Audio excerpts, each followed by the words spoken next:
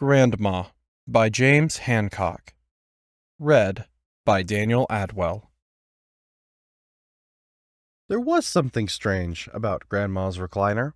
An electric reclining chair which plugged into the wall and was operated by a simple remote control on the end of a curly cord. A bulky object which dominated the living room of Grandma's apartment.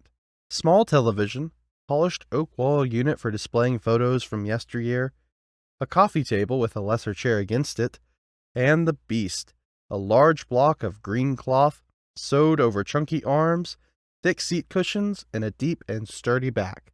So what was strange about it? In the 10 years my grandma would have the chair, it never suffered wear and tear. It always looked new and unused. But it was used. In fact, she sat in it most of the time. Once I heard my parents mention it cost $800, but was never used properly, and there was no point in having it. True, I can't remember ever seeing it in the reclined position, and Grandma with her feet up. The electric chair, she called it. She didn't trust it, and her old-fashioned ways meant she'd never test its full potential, or even give it a try. She was stubborn. Those things are death traps, my grandma would say. Crochet blanket under butt, she was almost always sat in her throne-like seat. But not once did I ever see it turned on, or even plugged in, come to think of it. A normal chair would have sufficed and given the room, well, more room.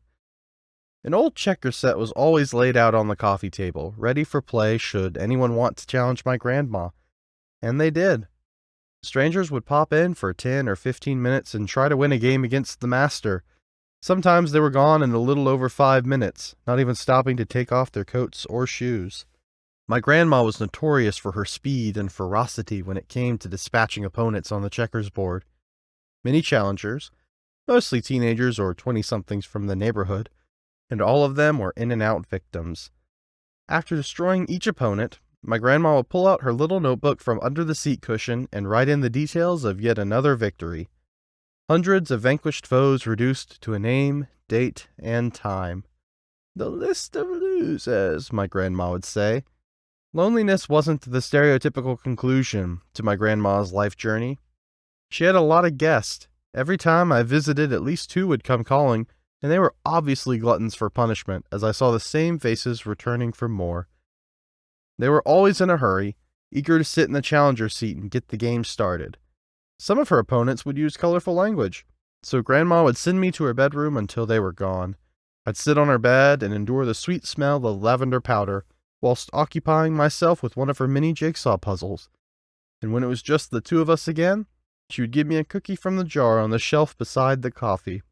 That was the best bit, and worth the interruption by Grandma's many callers.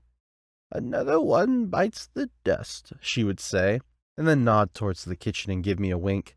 I knew what that meant, and I'd immediately dash off and fetch the cookies, whilst Grandma pulled out the little book and made another entry. I often wondered if the games were more than just games, and if bets were being made. Grandma would often be folding $5 or $10 into her small purse as I brought the cookies into her living room. Was there such a thing as a checkers sharp? My grandma was a kind old lady, a respected person, and a great friend. I looked forward to the hour or 2 we'd have together, and my parents knew it was important for me to spend quality time with her. She had wisdom, and I was there to benefit from it. She had fascinating stories to tell of her wild and adventurous youth, making go-karts out of old baby carriages, building camps in her local woods, and sneaking into movie theaters, swimming pools, and clubs without paying.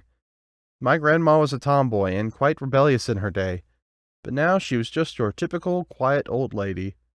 Well, so I thought.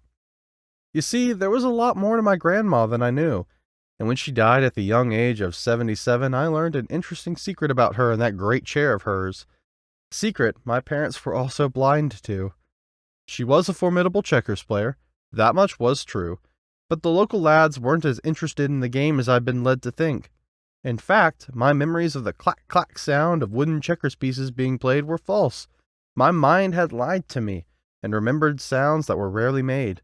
The game of checkers were a red herring, a bluff, a diversion, and Grandma's great chair held the secret of what really occurred in her quiet little apartment, and had been occurring for quite some time.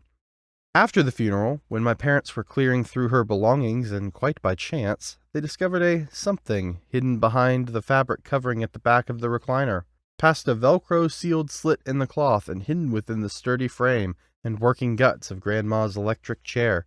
4 somethings, to be exact. Clear, plastic, resealable bags, and each one half full of pink and white tablets. Ecstasy tablets. The party pill.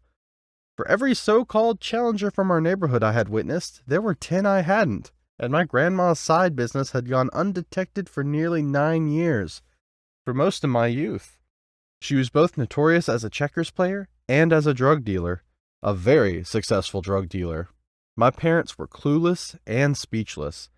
As shocking as the revealed secret was, all was quickly forgiven when the inheritance money cleared and Grandma had considerably more than anyone had expected.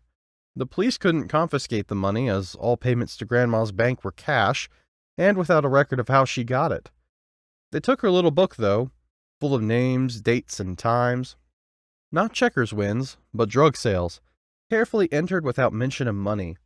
The police were interested nonetheless. Lots of names from our town and several towns nearby. Grandma's way of cleaning up a bad neighborhood and making it a better place for me to live in. The book of losers led to many surprise arrests in the months that followed. When the recliner came out of police evidence, we donated it to a local retirement home. I kept the checker set and have become quite good at it. As for the money, my grandma and her clients paid for my first year of university. I'm studying business. I learned a lot from my grandma. Never underestimate the ingenuity of a bored old lady, and never judge a chair by its cover.